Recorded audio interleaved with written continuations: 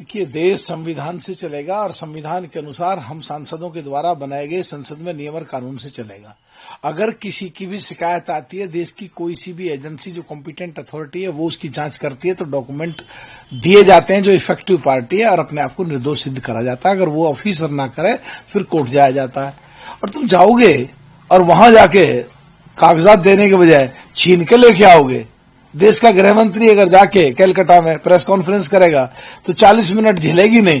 तुम यहां हमारी वजह से कर रहे हो, नहीं तो क्या देश के गृह मंत्री को धमका रहे हो। अगर वहां बाढ़ आती है, लोग बीमार होते हैं, भूखे मरते हैं, उन्हें दवाई देते हैं, वहां के सांसद या एमएलए जो एनडीए के या बीजेपी के, तुम उनका सर फोड़ते हो। एसआईआर संवैधानिक संस्था, अगर एसआईआर चुनाव आयोग और एसआईआर कर रही है और सुप्रीम कोर्ट के ऑर्डर का कंप्लेंस करते हो कर रही है, और तुम कहते हो कि और तुम निकलो बाहर, चिमटा उठाओ, बेलन उठाओ, हमला बोलो, और चुनाव के लिए अभी से कह रहे हो हमला बोलेंगे अब की बार, पिछली बार खेलबा होएबा, तो तुम संविधान की धज्जियां उड़ा रहे हो और संविधान को ना मानते हो। तो अब के चुनाव में पता लग जाएगी कि तुम्हारी हालत भी बिहार की तरह ही होगी। ममता बनर्जी कह रही है कि बंगाल अलग है, बंगाल में आपको जीतने नहीं देंगे। फोर्सफुली ना तो बिहार जीता है न बंगाल जीतेंगे। हाँ, फोर्सफुली अगर वो देश के गृह मंत्री को धमकाएंगी, मेरी वजह से खा पी रहे हो, नहीं तो क्या करोगे, तो देश के फेडरल स्ट्रक्चर को तुम समझते नहीं हो। और देश की जो स्वायत्त संस्था है, अगर वहां इंक्वायरी करते हैं और तुम उनके कागज छीन के लेके जाओगे, एफआईआर कराओगे और संवैधानिक संकट में डालोगे देश की सरकार को और फेडरल स्ट्रक्चर को भी, और लोकतंत्र प्रजातंत्र पर डॉट लगाओगे और संविधान को खिलाफत करोगे, तो ममता जी ये चलने वाला नहीं है। देश है और देश हम सबका है। ईडी कलकत्ता हाई कोर्ट गई है जो ममता बनर्जी ने किया है, और ममता बनर्जी ने ईडी के अगेंस्ट में एफआईआर करवाया है कोलकाता में। देखिए, माननीय हाई कोर्ट में केस चलेगा तो वहां जो भी माननीय हाई कोर्ट का आगे जवाब आएगा, ऑर्डर आएगा, उससे क्लियर हो जाएगा कि जो भी होगा वो सबको मानना पड़ेगा। तो इसमें अगर वो हाईकोर्ट को भी कुछ नहीं समझ रही हैं, उसको भी प्रदर्शन कर रही हैं, हाईकोर्ट को भी इन्फ्लुएंस करने की कोशिश कर रही हैं, तो तुम बार बार संविधान पर डॉट लगा रहे हो।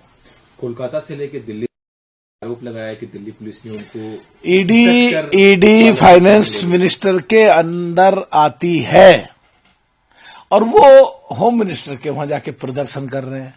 क्या समझे इस बात को, इतने कंफ्यूज है। मन हार गए, पर हार के इतने टूट गए कि तुम संविधान की धज्जियां उधेड़ दो, ठीक नहीं है।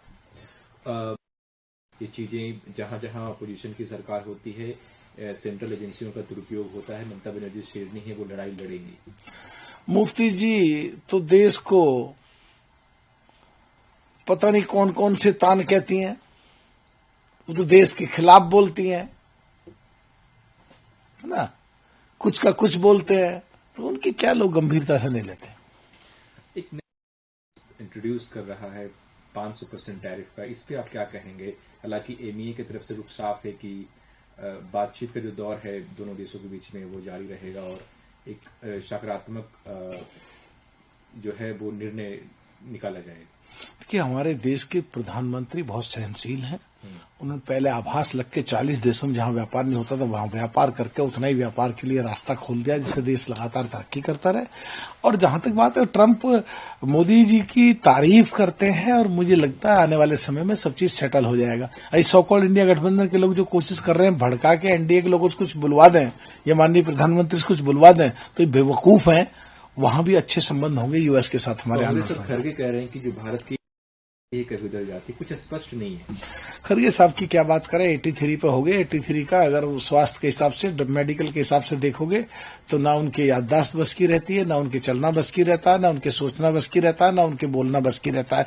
जिस दिन अध्यक्ष बने उसी दिन सनातन धर्म के खिलाफ बोले, और जब कुंभ में मां गंगा मैया के खिलाफ बोले, ऐसे खड़गे साहब जैसे लोग कांग्रेस की नैया डुबोक दी उन्होंने पहले ही, और बिल्कुल ऐसे ही रहा तो और भी ज्यादा बुरी हालत हो जाएगी। लैंड फॉर जॉब मामले में ये कॉन्स्पिरेसी है, साजिश है, अंधेरा देर है अंधेर नहीं। बिल्कुल हम मानते हैं देश की पूरा संविधान से चलेगा और देश की कानून व्यवस्था में हमें है। और कानून व्यवस्था में 3 जगह होती हैं, पहला एफआईआर, दूसरा चार्ज फ्रेम होना, तीसरा सजा होना या बरी होना।